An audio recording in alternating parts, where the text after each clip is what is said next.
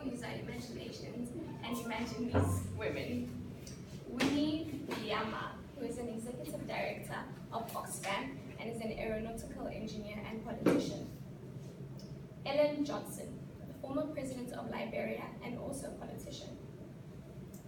Wangari Maathai was a political activist. Winnie Mandela, an anti-apartheid activist as well as a politician. And Funmilayo Ransome-Kuti, who is an educator and politician. Now, women are seen as reserved and not ready for advancement. Now, can you tell me that these women weren't ready?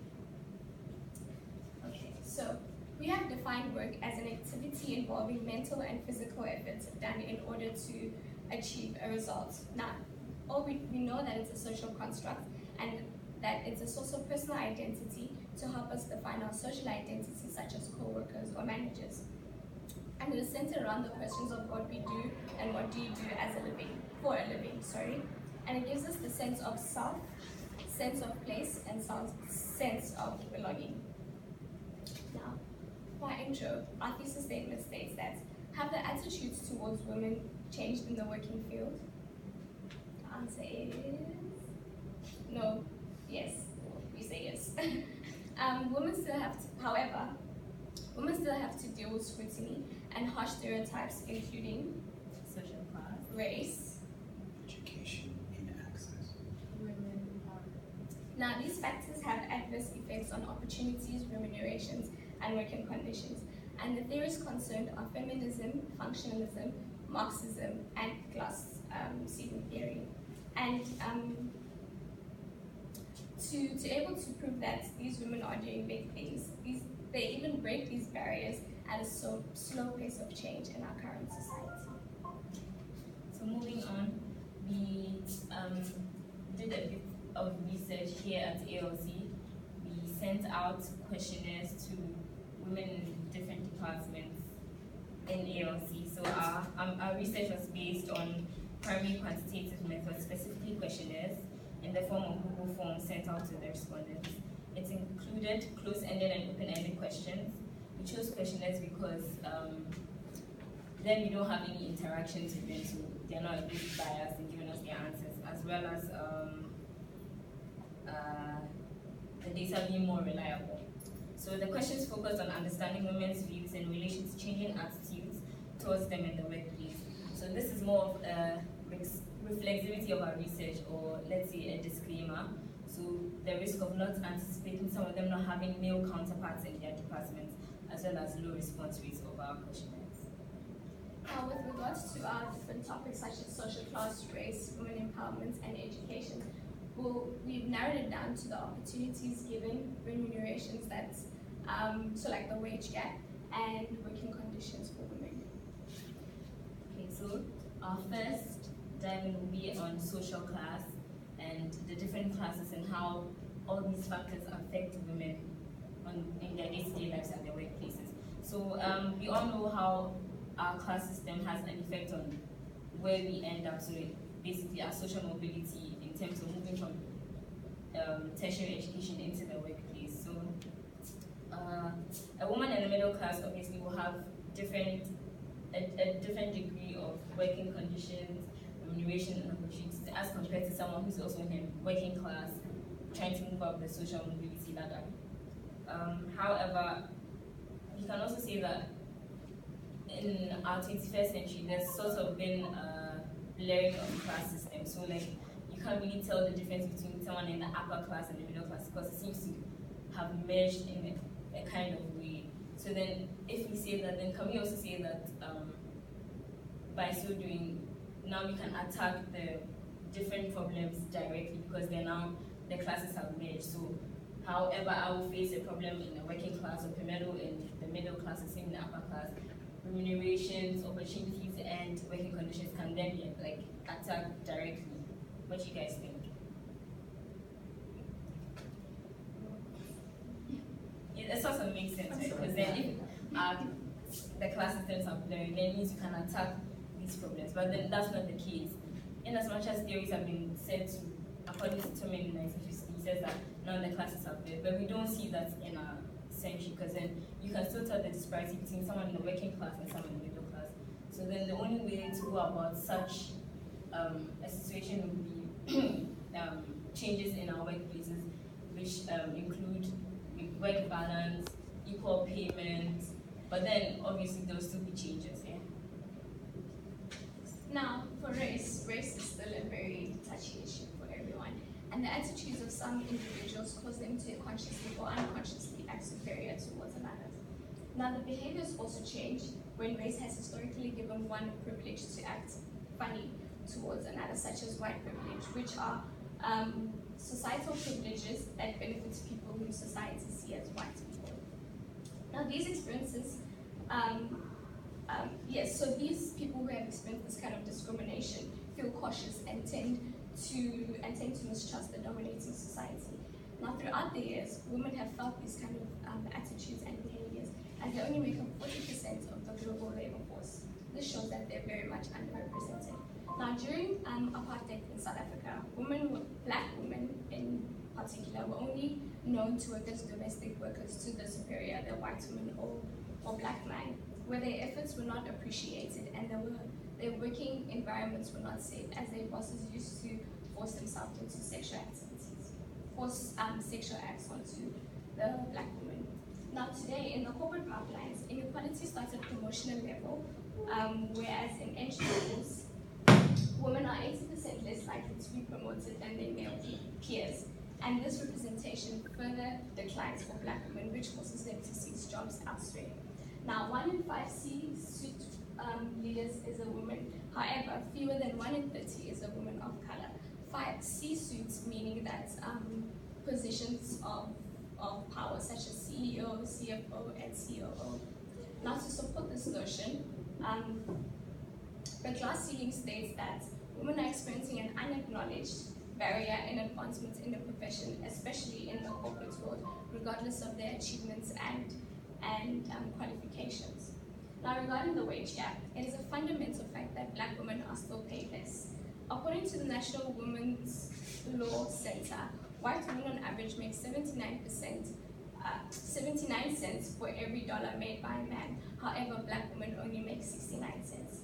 These efforts show a dead diversity as women receive less support, and it impacts their growth and the pace of it. Now, we all confront the same issues. However, as women, we are discriminated against because we are women. 1, 2, in our case, because they are black women, and because we are both. Right.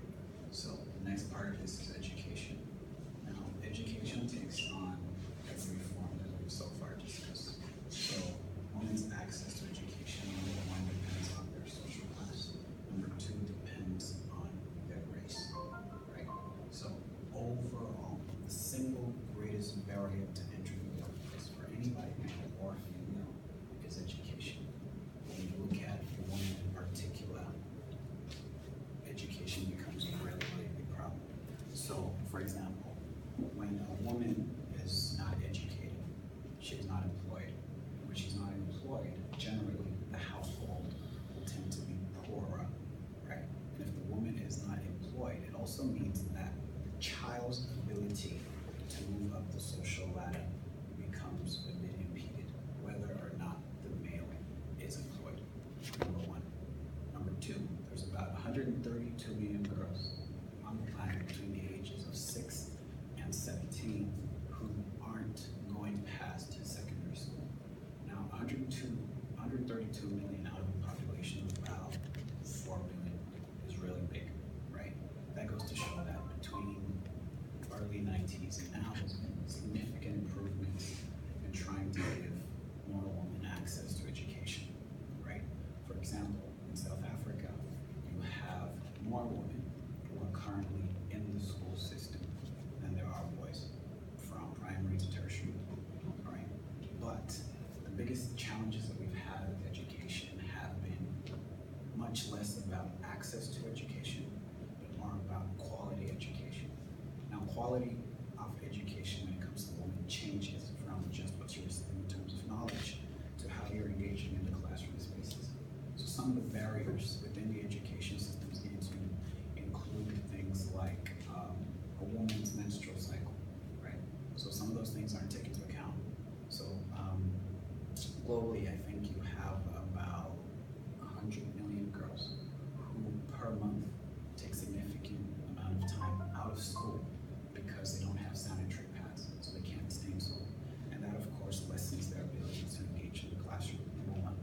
Number two, we also have issues of sexual assault and sexual harassments that happen in schools. That also impedes the girl child's ability to be able to access quality education or participate in examinations and so forth. And so that is what we mean when we say girls have access to less quality education than boys do, right? Overall. Now, if you look at sub-Saharan Africa in particular, 40% of girls don't complete lower education. Depending on which country you're from, lower education could mean primary school. It could also mean your first 2 years of high school, right? If 40% of girls don't complete that much, while on the other hand, you have 70% of boys who complete that, right? Which is a pretty troubling figure. It goes to show what the disparities are. It's also interesting to note that as a white girl, right, your chances of participating fully in the education cycle are more than the chances of a black girl participating fully.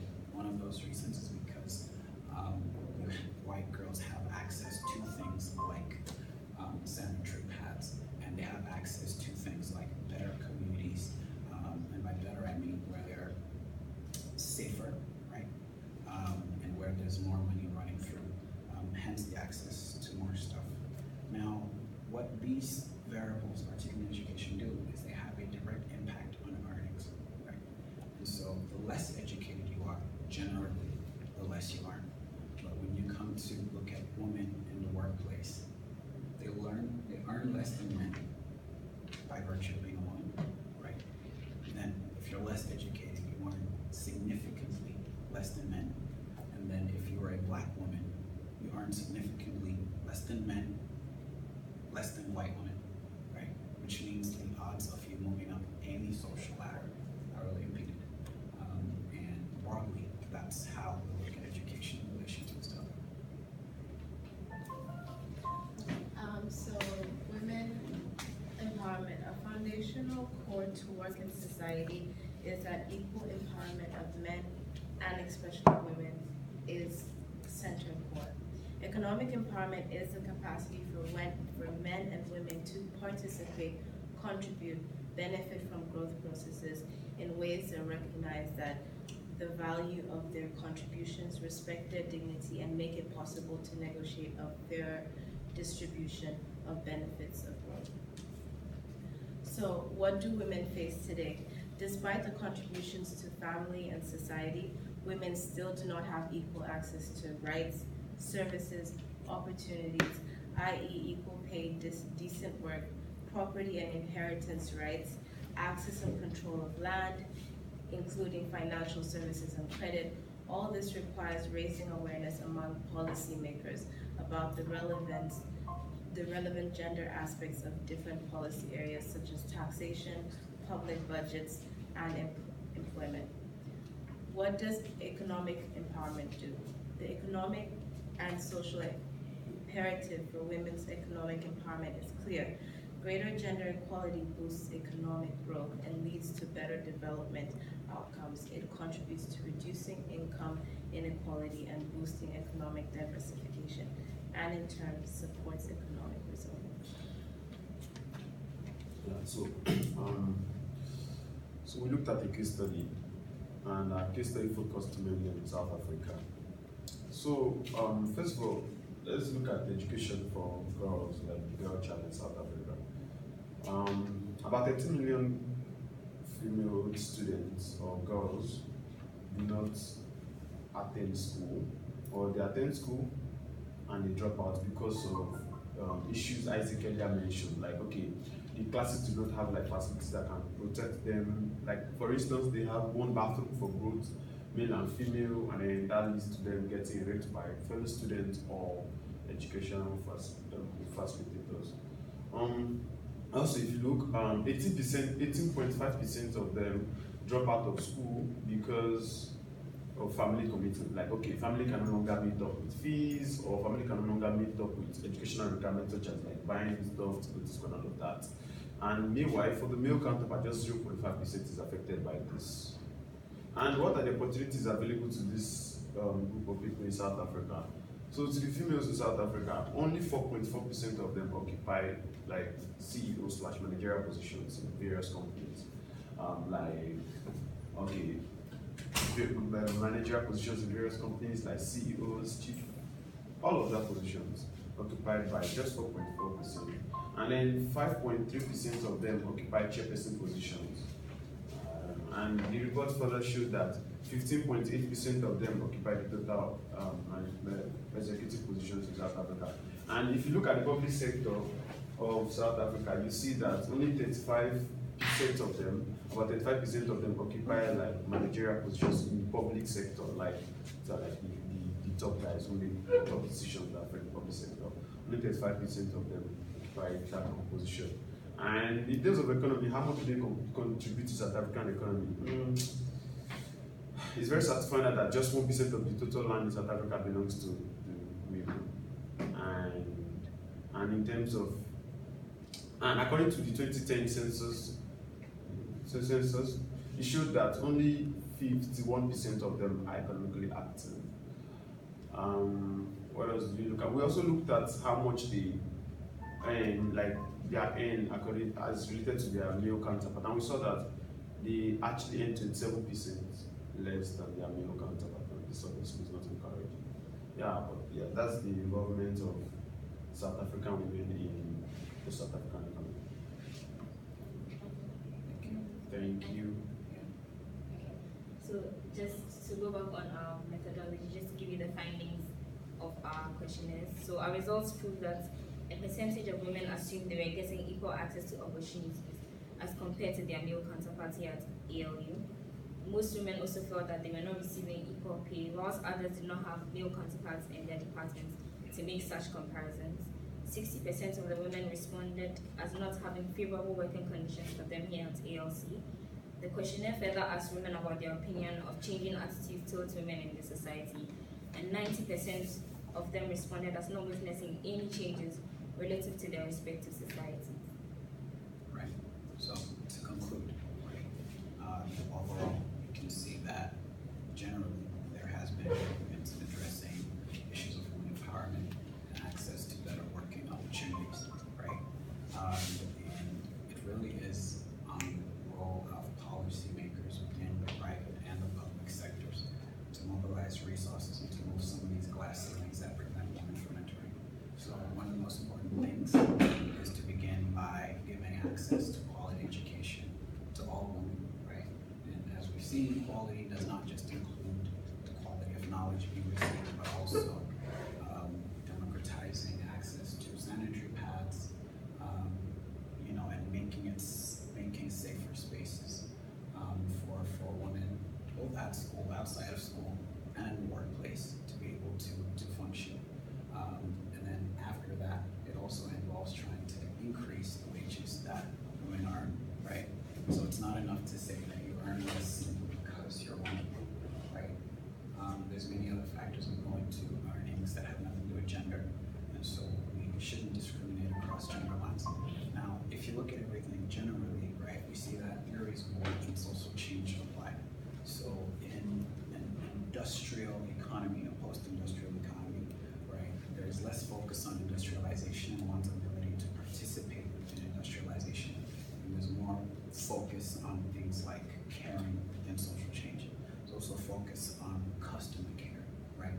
And so we see a lot of female participation within these areas, right? And because of new technology, because of the adaptation of new technology, it's enabled us, I think, to look at other skills that aren't only hard skills, and then make the barrier, right, into the workplace much less. And so today, we can get a woman computer scientist, right?